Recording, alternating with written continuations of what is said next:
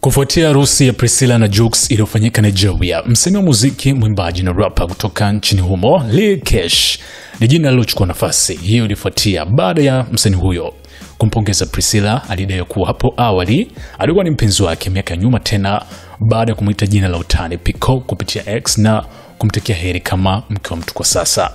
Swala hili lilikuwa ni kubwa sana kwa nchini Nigeria, na hiyo ilitokana na msanii huyu na Priscilla hapo zamani kudai kuwa ni wapenzi baada ya Priscilla kutokea kama video vixen kwenye video wimbo wake uitwao Love Like This. Lakini wawili hawa kila mmoja alikanusha kwamba ni wapenzi licha ya kunaswa wakiwa pamoja mara kadhaa. Sasa Lil Kesh amekuja na hili, ametoa maoni yake kuhusu ndoa. Amefichua kuwa amini katika ndoa, akidai kuwa ndoa hazifanyi kazi kwa sasa. Sio hivyo tu, amedai kuwa hana mpango kuoa kwa sasa ama hivi karibuni. Akizungumza katika kipindi cha hivi karibuni cha The East Show alisema, kwa sasa niko single. Nimekuwa single kwa muda mrefu. Nilitengana na mpenzi wangu wa mwisho kwa sababu niligundua kuwa ninaweza kufanya vyema zaidi nikiwa peke yangu, hasa kwa kuzingatia kazi yangu na mambo mengine ya kipaumbele kwangu kwa wakati huo.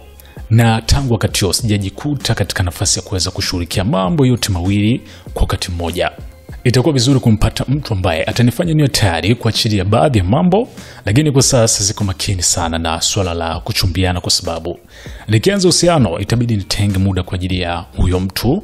Pia mimi si mtoto tena, nina umri wa miaka 31 na kwa bahati nzuri wazazi wangu hawanilazimishi kuoa, wameshakubali kwamba mimi ni tofauti.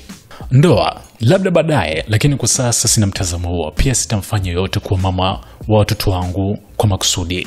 Siwezi kumuoa mtu yote wakati huo. Sio kwamba sitaki kuoa kwa sababu nataka kuwa huru au kuwa playboy, la hasha.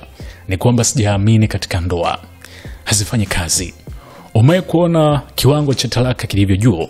Nimeona ndoa nyingi zisizo na furaha. Haimaanishi kuwa ndoa zenye furaha zipo. Lakini kwa upande wangu nataka familia yenye furaha, na kwa sasa sidhani kama naweza kuijenga, na sitaki kuweka furaha ya mtu mwingine hatarini kwa sababu tu inatakiwa nioe. Watu wameweza kufunguka kwao, hasa kila mmoja kucomment na kusema la kwake.